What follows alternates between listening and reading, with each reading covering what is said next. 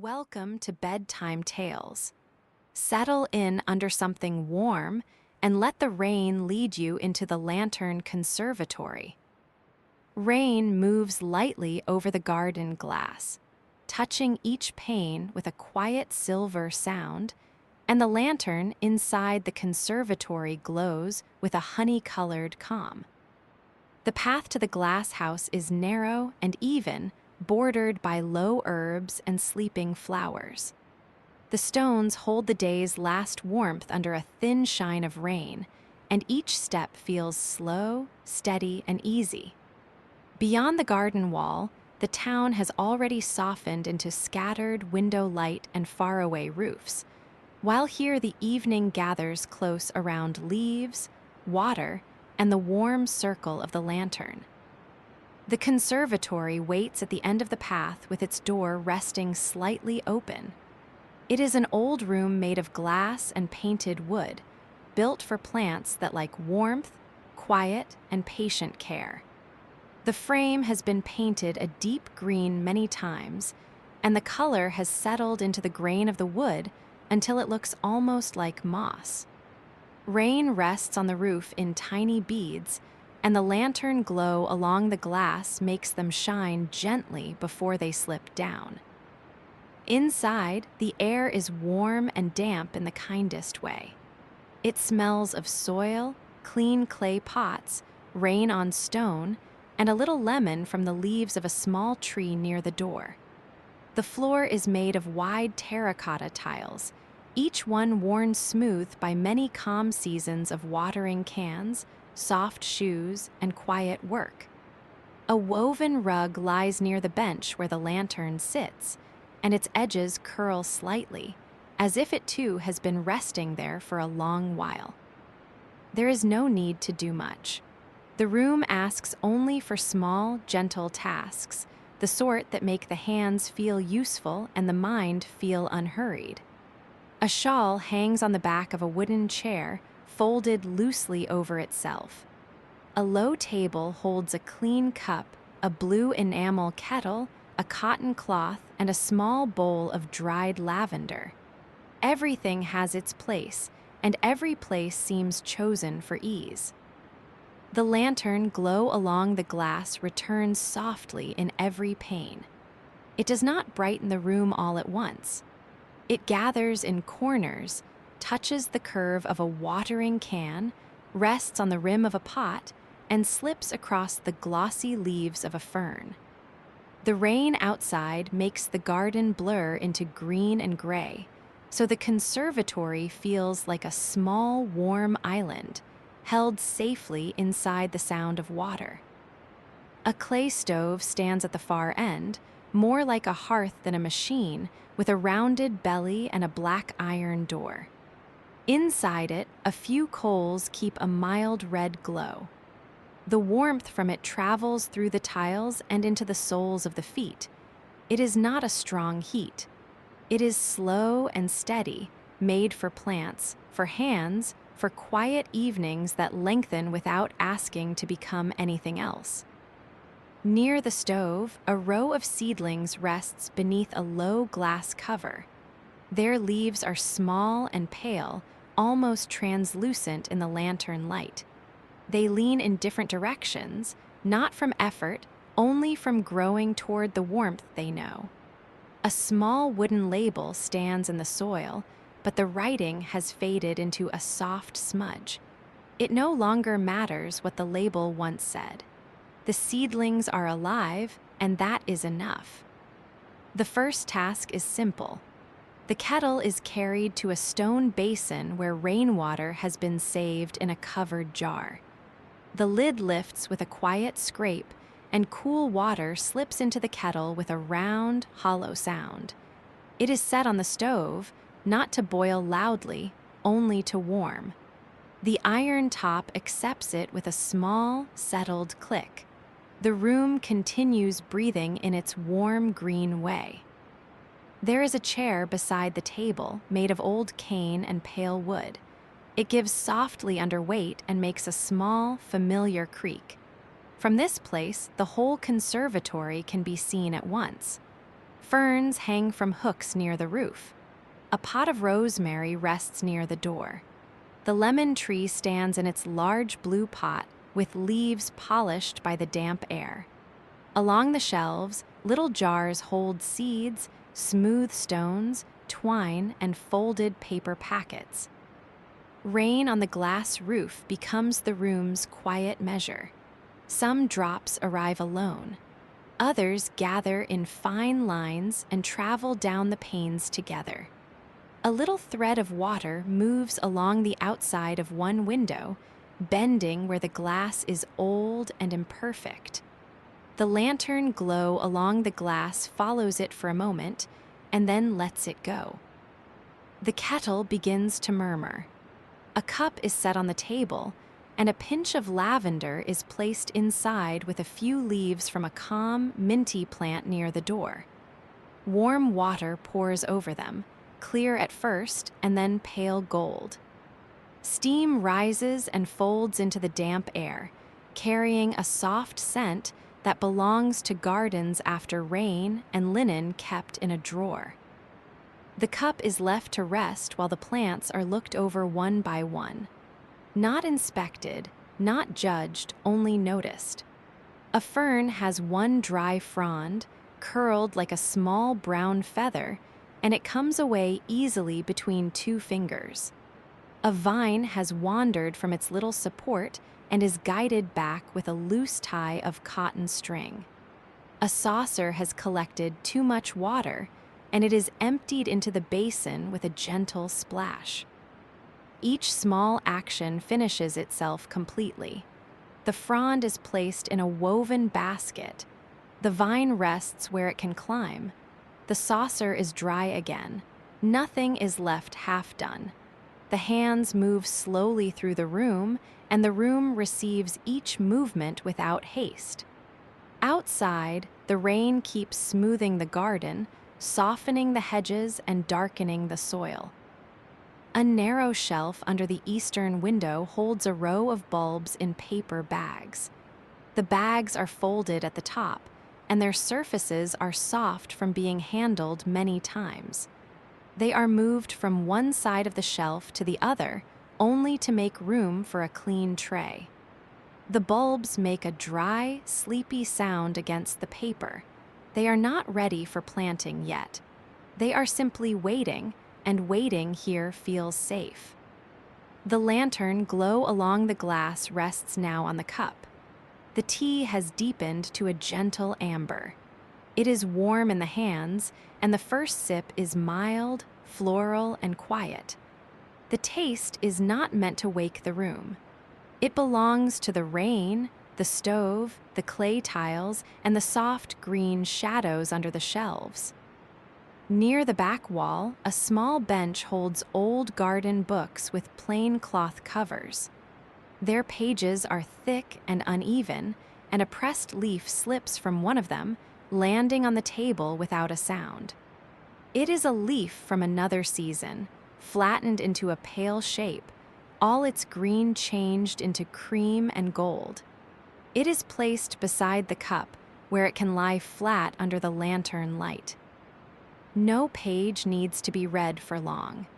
The open book shows drawings of leaves and roots made by a careful hand. The lines are simple and patient. They show how a stem curves, how a root divides, how a bud holds itself closed before warmth invites it open.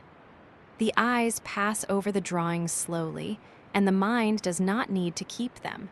It is enough to see them once and let them rest. The conservatory has its own small sounds.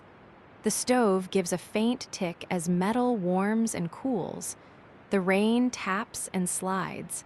A leaf releases a drop onto another leaf below it. Somewhere under the bench, a pot shifts a little as damp clay settles. These sounds do not ask for attention. They come and go like the easiest kind of company. A cotton cloth is unfolded and drawn across the table. It picks up a ring of water left by the cup, a dusting of soil, and one small lavender stem. The motion is slow, from one side to the other, and then the cloth is folded again. The table looks the same as before, only a little more peaceful, as if it has been tucked in. Rain on the roof grows fuller for a while, and the glass becomes a soft gray ceiling. The garden beyond the windows disappears into water and dusk. The room remains warm. The lantern glow along the glass is steadier now, reflected in many small places, so the conservatory seems to hold more than one lantern, though there is only the single flame on the bench. The lemon tree needs only a little care. One leaf has gathered dust near its tip, and it is cleaned with the corner of the cloth. The leaf shines dark green again. Another leaf brushes the wrist, cool and smooth. A tiny white blossom is beginning to open among the branches, and its scent is almost hidden until the head leans near. It smells clean, pale, and sweet, like morning held quietly inside evening. The cup returns to the table. The shawl is lifted from the chair and placed around the shoulders. It has the soft weight of wool that has been worn many times. The edges fall across the hands, and the warmth of the stove gathers beneath it. There is nothing left to prepare. The kettle is quiet. The plants have been touched where they needed touch. The room is content. Still, there is pleasure in moving once more around the shelves. The watering can is not needed, but it is moved to its usual spot near the basin. A small pair of wooden-handled shears is closed and set beside a spool of twine. Empty pots are nested together by size, their rims making a low clay note. A folded apron is shaken once, gently, and hung on its peg. The floor shines in places where rain light and lantern light meet. A small trail of soil near the bench is swept into the palm with a soft brush and returned to a pot. Nothing is wasted here. Soil goes back to soil. Water goes back to the basin. The leaf in the basket will go to the compost when the rain has passed. The room keeps every small thing in a slow, circular kindness that never needs to be named. Beyond the door, the garden path is darker now. The stones shine in patches. The herbs lean under beads of water, and the lavender bends in a low, graceful way. No one is out there. A window in the distant house glows behind thin curtains, and its light is still and mild.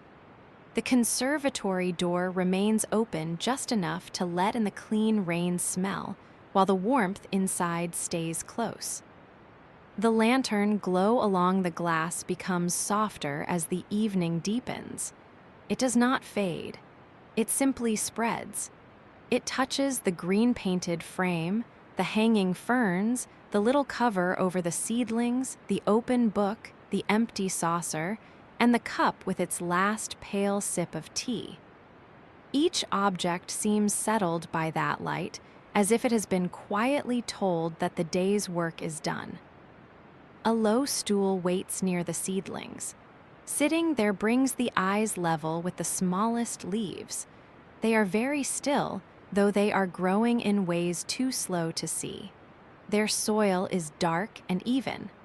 A clear bead of water clings to the inside of the glass cover and trembles without falling.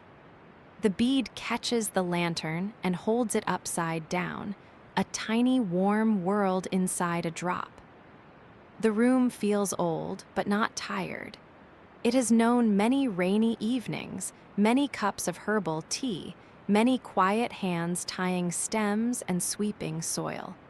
Its wooden frame has expanded in summer and drawn inward in cold weather. Its glass has held frost and sun and mist. Tonight it holds rain, and the rain is enough. The open book is closed with the pressed leaf inside, returned to its page without a mark. The cover rests under the palm for a moment. Cloth, paper, and time have made it soft. It is placed back on the bench with the others, not perfectly straight, only comfortably aligned. The shelf accepts it with a small wooden sound. A plant with silver leaves stands near the west wall. The leaves are covered in fine hairs, and they look almost blue in the dimness. A finger touches one leaf very lightly. It feels like velvet and cool air. The plant does not move much. It holds its shape in a quiet fan, receiving the room's warmth and the steady rain beyond the glass. There is a jar of smooth stones on the lower shelf, gathered from paths and beaches and river edges. One stone is taken out and held in the palm. It is gray, oval, and cool at first. Slowly it warms. Its surface has one pale line running through it, not straight, not planned, just naturally there. After a while, it is returned to the jar, where it settles among the others with a muted click. The lantern glow along the glass is lower now because the flame has settled into its own calm shape. It flickers only slightly when the door moves in a mild draft. The draft smells of wet leaves and deep soil. It touches the flame leans, and then it stands again. The room remains gentle.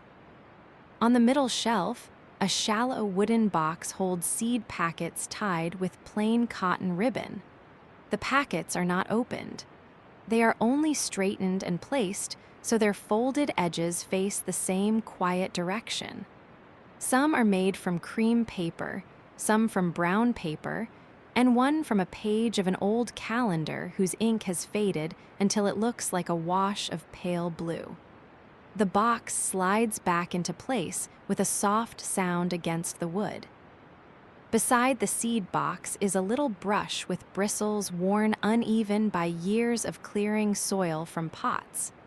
It is lifted and turned in the hand. A few grains fall from it onto the shelf, and the grains are brushed into the palm and returned to a planter where a sleeping root rests below the surface. The brush is laid down again, handle toward the front, ready for another evening that will come in its own time. A low table by the southern window holds a folded cloth, a saucer of smooth pebbles, and a small green bottle with a cork stopper. The bottle contains water scented by leaves, and when it is opened, the air receives a faint, clean note of time and rain. A little is poured into a basin for wiping the window ledge. The cloth moves slowly along the painted wood, gathering a thin line of damp dust and leaving the ledge darker, smoother, and quietly refreshed. Outside that window, the garden wall is almost hidden by rain. A climbing rose has lost most of its flowers for the season, yet a few leaves still shine on the dark stems. They tap the glass now and again when the rain nudges them. The sound is so small it is more felt than heard. The lantern glow along the glass reaches the rose leaves only as a pale reflection, and the leaves answer with their own wet shine. There is a basket under the bench with soft squares of linen used for wrapping tender pots in cold weather. One square is taken out and folded more neatly.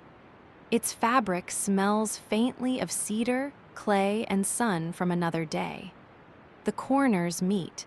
The edges are smoothed. It is placed back with the others, and the basket is turned so its handle faces outward. Nothing changes very much, and that is part of the comfort.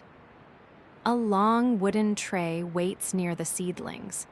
It has carried pots and cuttings and cups of tea, and the grain of the wood has darkened where water once rested. A hand moves over it, feeling the shallow marks left by use. The tray is clean. It is moved from the stool to the shelf beneath the table, where it fits exactly, as if the shelf has been holding a place for it all evening. The conservatory seems to remember every quiet thing placed inside it. The kettle, the cup, the folded cloth, the book, the stones, the closed seed packets, the shawl, the blue pot with the lemon tree. None of these things ask to be noticed, and yet each one adds a little weight to the peacefulness of the room. Together, they make a kind of order that does not feel strict. It feels cared for. Rain runs along the roof in narrow paths. Some paths cross. Some end at the frame and fall outside into the herb bed. The sound changes slightly as the rain moves over old glass, newer glass, and the wooden edges between them. The difference is gentle. It is like hearing many soft fabrics being touched by the same hand.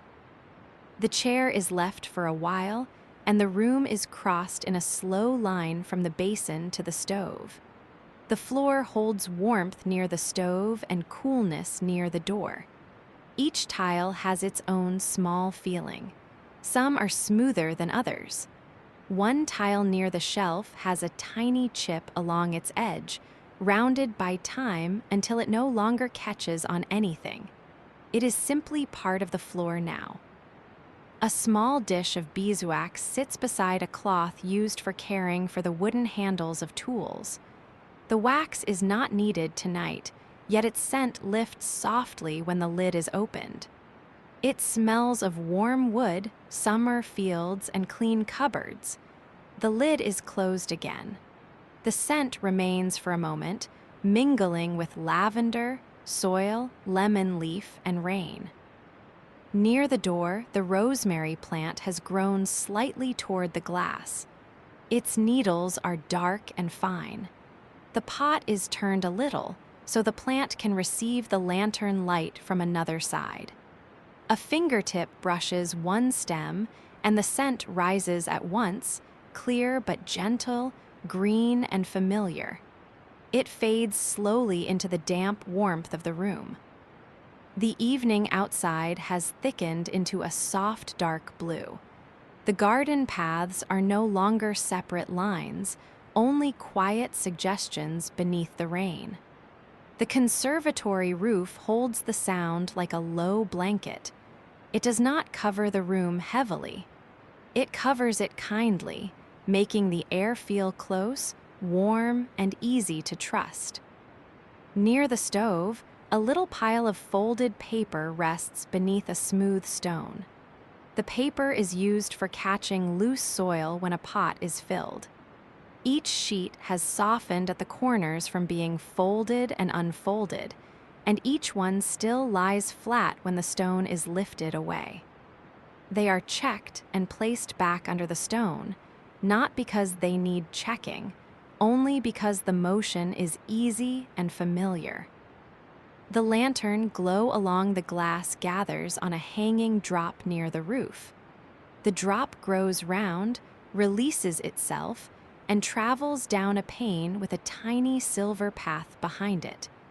Another drop follows more slowly. The two trails remain separate all the way to the lower frame, where they vanish into the dark green edge of the glass. The room receives their quiet travel without needing to hold it. A wooden box of clean cloth ties sits on the shelf below the window. The ties are soft from many uses, made for fastening stems to canes without harm. A few are loosened from each other and laid flat. Their cotton surfaces feel smooth and faintly warm from the room. They are gathered again into a small bundle and returned to the box, ready for the plants when the plants grow taller. The air becomes more even. Warmth from the stove has reached the far corner, and coolness from the door has faded into it. The plants seem to share the same gentle temperature now.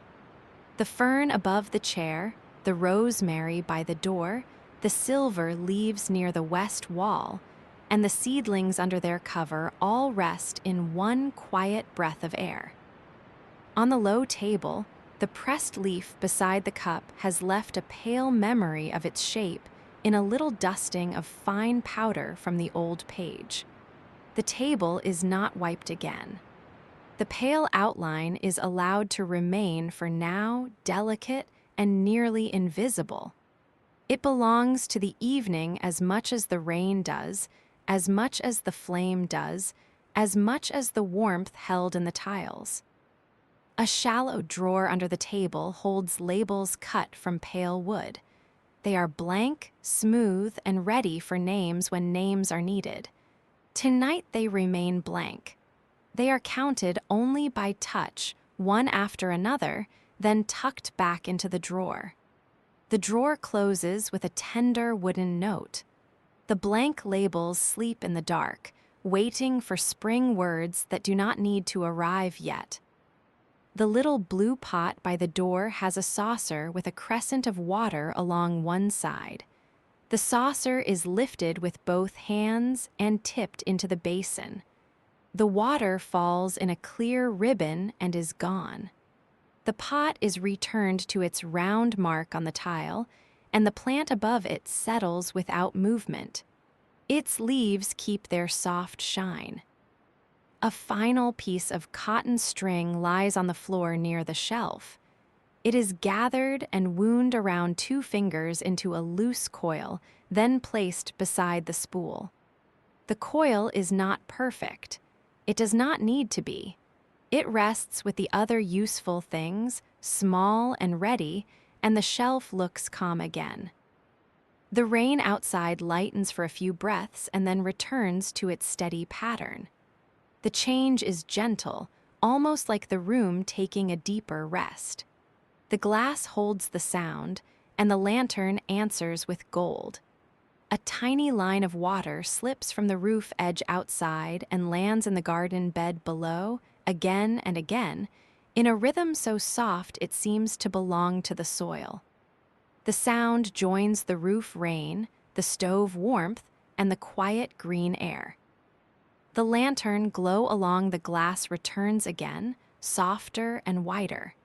It rests on the rosemary needles, on the lemon leaves, on the closed book, on the rim of the empty cup, on the cane chair, and on the damp place where the window ledge was wiped clean. The glow makes no demand. It simply shows that everything is still here, held in its place. Even the shadows seem cared for, gathered into corners where they can be dark without being heavy.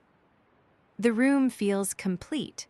From the highest pane to the smallest grain of soil near the table leg, all quiet, all warm, all still. The cup is empty.